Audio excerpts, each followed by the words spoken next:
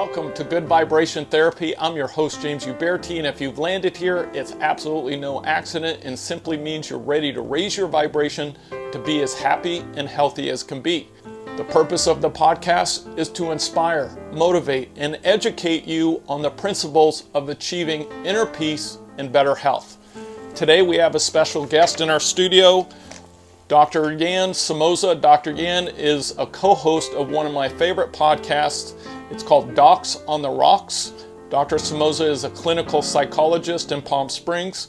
Prior to moving to Palm Springs, Dr. Somoza had a private practice in Beverly Hills. His practice focused on contemporary cognitive behavioral mindfulness. Dr. Somoza graduated from Dartmouth College with a degree in psychological and brain sciences and received his PhD from the California School of Professional Psychology. Dr. Yan, welcome. Come on in. Appreciate your time here today and taking your time from your patients in meeting with us to talk about I'm not enough or I don't have enough, right? Or that constant negative talk, that self-deprecating, self-sabotaging thoughts. In fact, I'm going to call it out and just call it a pandemic of negative thoughts. Definitely. And you know what? You're absolutely right. That's where we were at pre-pandemic. I think there was certainly an epidemic of mental health issues, depression, anxiety primarily.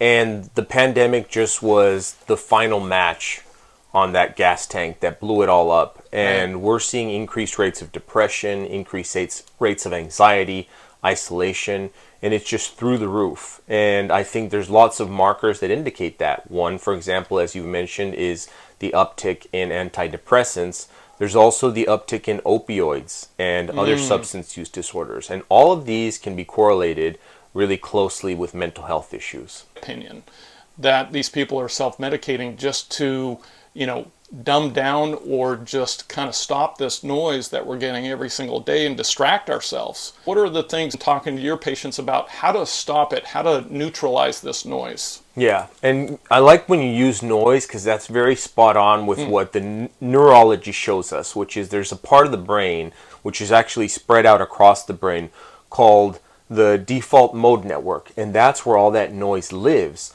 So a big part of my practice is training yourself so that you can turn down the noise. And that's primarily done through mindfulness, which is, I know, something that you practice.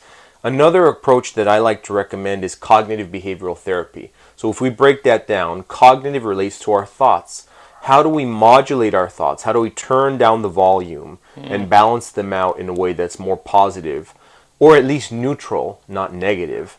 And then the behavioral component there is, what are the behaviors that we can do and the habits that we can form to create more joy, to create more peace of mind? And that I know encapsulates a lot, but when you get into therapy or when you work with other practitioners as a supplement to therapy, beefing up the mindfulness, beefing up the balanced thoughts, and beefing up the healthy behaviors, I think you have a trifecta there that could start making a dent in this mental health pandemic. Right. So in your practice, you talk about cognitive or contemporary cognitive mindfulness. What exactly is that? Contemporary meaning modern day? Right, correct. So when we talk about contemporary, psychology has been around for over a century, and it's evolved in that time. In the old days, you'd go into your psychoanalyst, you'd lay down on a couch like this, and you just free flow all your angst. And that, to a degree, is healing, but they weren't really giving you specific tools like the contemporary approaches do.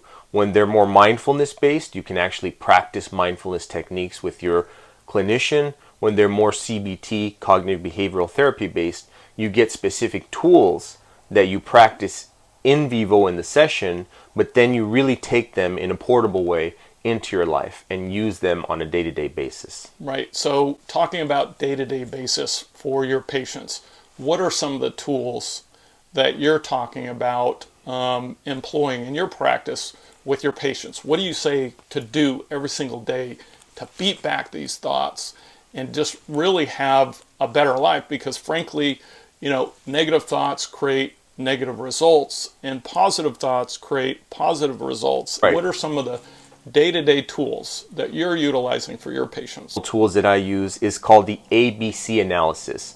that's just for mnemonic sake, but really it should be the ACB analysis. The A is the activating event or trigger.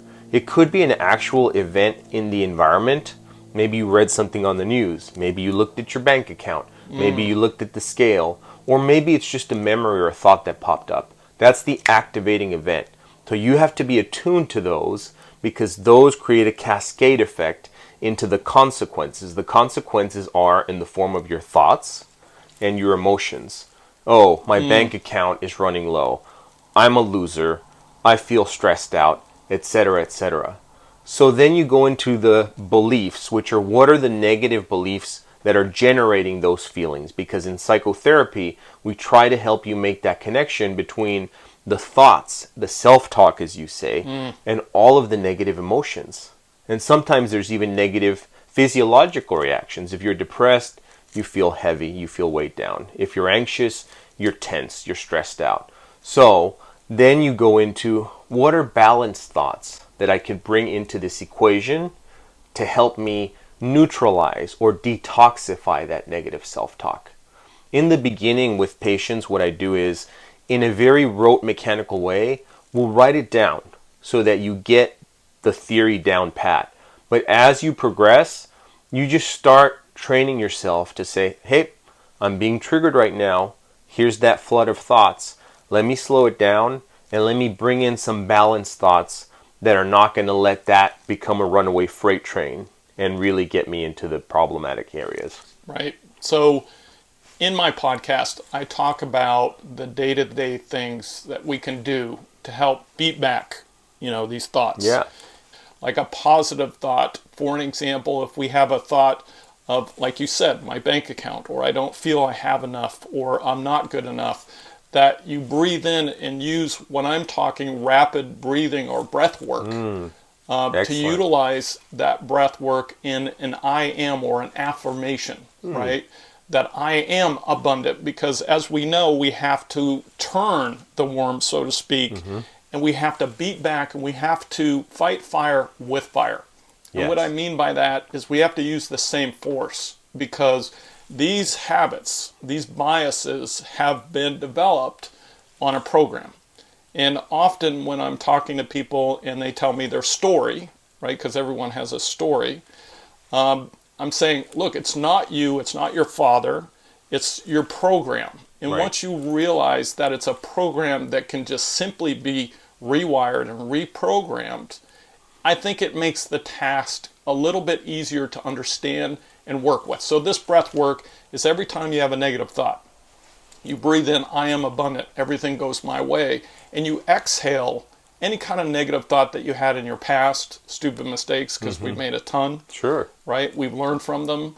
And or present current situation that's stressful, right? And exhale fear. Exhale the negative thought. Over time, you're doing several different things. One, you're seeding your subconscious with that positive mindset, that positive bias that I talked about in my book. And then the other thing you're doing is you're giving the body the thing that it's needed most, second to food and water, which is air, oxygen. This oxygen that we are getting our bodies by doing this breath work is very essential, because we're living in a constant, perpetual state of fear and anxiety. And so we're breathing shallow, right? We're breathing like, oh my gosh, right? The bank account, the this, that. And so we're not breathing properly.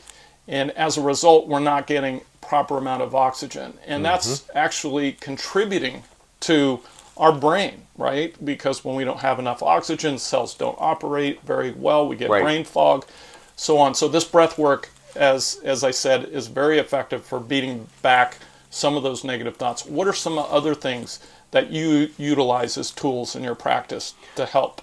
It's very aligned with what you just said. I love it because it's a biohack, but it's also a psychological hack.